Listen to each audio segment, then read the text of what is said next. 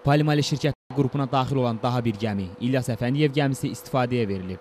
Qeyd edək ki, Volqaqrad gəmiqayırma zavodunda düzəldilmiş İlyas Əfəndiyev gəmisi quru yük daşımaq üçün nəzərdə tutulub və bu təyinat üzrə həmin gəminin dünyada analoqu yoxdur.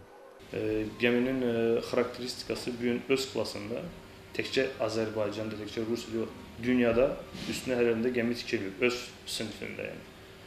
Bu gəmi təhlükəli maddələr, quru yük gəmisidir bu, tanker deyil.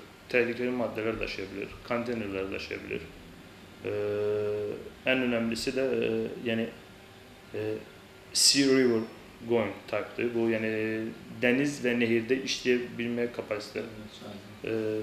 Gəminin adının niyə məhz İlyas Əfəndiyev qoyulmasını isə Polimali Şirkətlər Qrupunun prezidenti Mübariz Məsimov belə izah etdi. İlyas Əfəndiyev Azərbaycan dahi oğullarından biridir.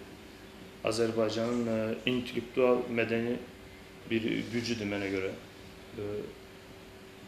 Bir yazar olaraq, bir insan olaraq, bir Azərbaycanlı olaraq onu yaşatmaq üçün biz də belə bir insanın adını qoyduq.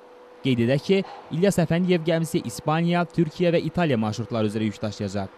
Vamiq Nəsurov, Samir Quliyev, Aynis.